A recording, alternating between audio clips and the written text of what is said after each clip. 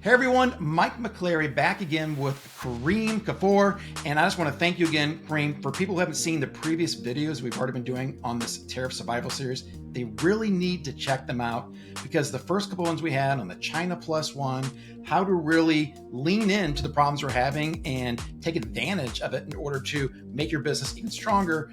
Anyone who's getting starting, who's been doing this for 20 years, they've already got some great piece of information from me. So thank you so much for being with me in the series here. Oh, absolutely. I mean, it's a great series, and I think it's extremely timely. I mean, so many businesses just really need to know how to handle things in these difficult times, be disruption proof. And, I'd love to be able to talk with you about, if you don't mind, 5 strategies that I've been discussing a lot these days around how to manage tariffs and how to manage these challenges in the global economy. That's all right. Let's get right into them. I love that idea. Yeah, absolutely. All right. So let's start off with the first one, which I call absorption. So the idea is you have a tariff and everybody understands that that's an extra cost. And who is going to take on that cost so that in the end, the consumer, which is the most important part of the global supply chain, doesn't really feel it. Or if they feel it, it's very minor or something that's not going to have them have them leave you, or an attrition rate.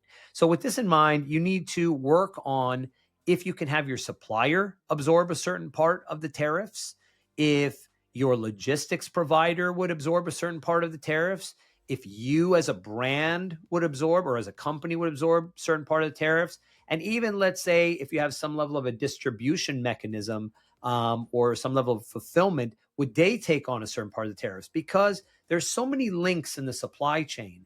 And if that tariff can be shared equally or in parts so that in the end, the consumer doesn't really feel it, then that is the ultimate goal and objective. Because as soon as the consumer feels it in a way that hurts their pocket too much, then they leave and the entire supply chain, everybody upstream, gets broken down. So it's better that everybody just makes a little less to then keep the business rolling forward. So absorption is one of the first ideas.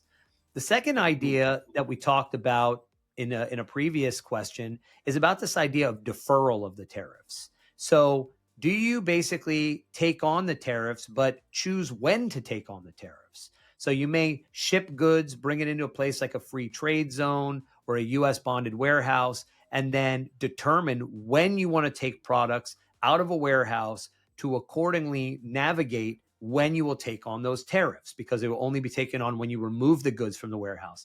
And this allows you to essentially create scenarios or strategies where you are able to manage the tariffs with your sales cycles and accordingly be able to determine when to take on products, when to sell, when not to sell, and so on. So it's a strategy around taking on the tariffs, but figuring out when to take them on according to your sales cycles and strategies. The third area is really around terms and conditions. And this one is one that I find to be very interesting that many brands and companies don't really think about when it comes to the negotiation process with their supplier. So you have a long-term supplier, hopefully you have a good relationship.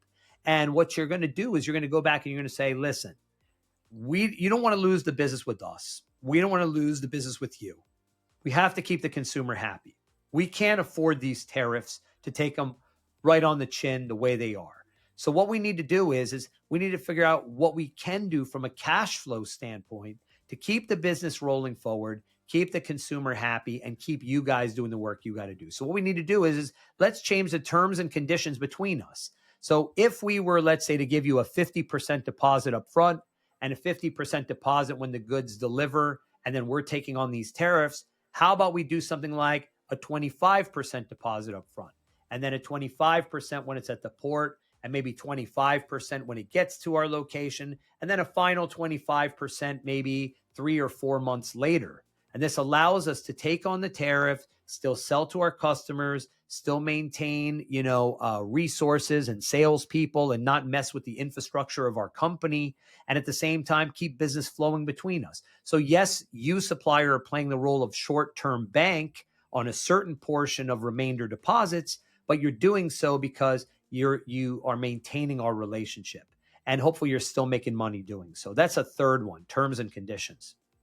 The fourth one is going to be what I find really exciting. We talked about this earlier today too, is opportunities in the face of chaos, meaning cost engineering. Can you actually make your product in a different way? Can you make it with a different material? Can you make it according to a different structural component or capabilities that reduces the cost of the product, but not necessarily reducing the cost of the price tag to the customer? And in doing so, can you actually potentially make more profitability? Can you be more profitable in this scenario and offset any kind of excessive tariff costs? Because you've reduced the cost of your product by 10% or 20% or 30% simply because you're not using steel anymore, but now you're using aluminum or whatever you're doing that that ends up being something that's more cost advantageous and maybe even more beneficial to the customer. Maybe now you're using a product that's more malleable or something that can accommodate different kinds of temperatures or conditions and so forth because you shifted. And you would have never done so if you didn't have this challenge of this tariff or high cost environment, staring you in the face.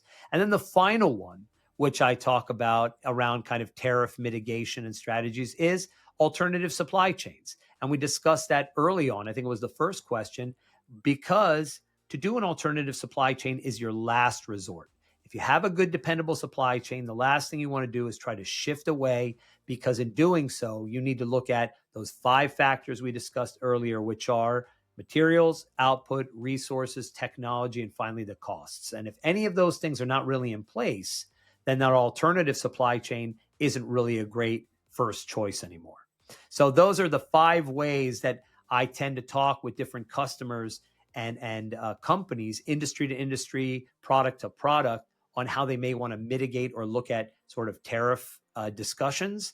And it really is going to be applicable depending upon the industry and the product. This is great because, again, we talked about this previous video. This is one of those times where you're forced to take this threat, this speed bump, and turn something around out of it, make your business work, and maybe make it stronger. Because so many people are always afraid of, maybe changing up their products so that it's more cost efficient. People are always adding features, but very seldom do they try to make it, or not enough do they try to make it more cost efficient. I had to do that purely out of the need because of this year. I had to source a different flashlight that I found out people still love, and it's about 25% of the cost of the one that I was before. And it's great. This is one of those, it's kind of like I have a doctor appointment next week and I know that I'm going to get my cholesterol checked and my weight. It forces me to make some changes right now that I probably should have been making for the previous 6 months. Yeah, absolutely. Absolutely. It's amazing how, we think about this idea, if it ain't broke, why fix it? Right. And this is an idea that we all tend to sit on because our brains look towards doing the least amount of effort possible, because that's how we save energy. And we just, as human beings in our early development, was all about energy conservation, because we didn't know when the next meal was going to come from or where we were going to be or what was the next water source, caveman days. But the reality of it is that we're not in caveman days anymore. So we need to use our brains. We need to understand that it's not about energy conservation. It's about the efficient use of energy. And sometimes that comes through an alternative pathway or a different kind of way of doing a process. So true. Number 3, also about terms, conditions. What a great way to approach negotiating with your supplier. Because too often people think it's the price. It's the price. And if you can get, I don't know about you, but if I'm able to get better terms where I can put some of the money I'm paying on the back end, that is even better than saving, a few cents on every unit, because cash flow is everything in this business. And being able to do that keeps them in business. It saves you, like you said.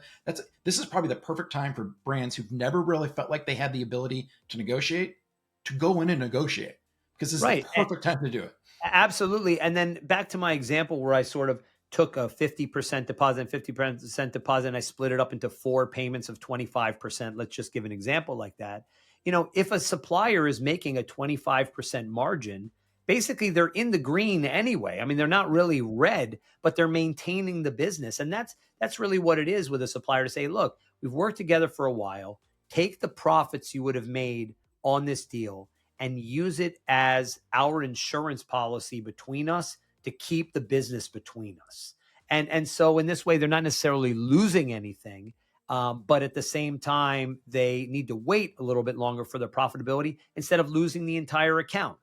And that's how you have to sort of frame it when you're really in these more dramatic times where it's either like we're doing business or we're not doing business anymore. And those are the choices. Right. There's no in between. So.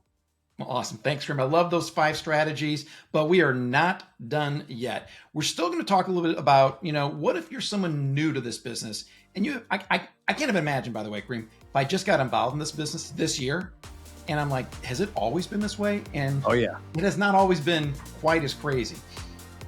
So in the next video, we're going to talk about, if you're starting out, how do you actually navigate and proceed with tariffs being the way that they are right now? So come back, watch that video, and we'll see you then.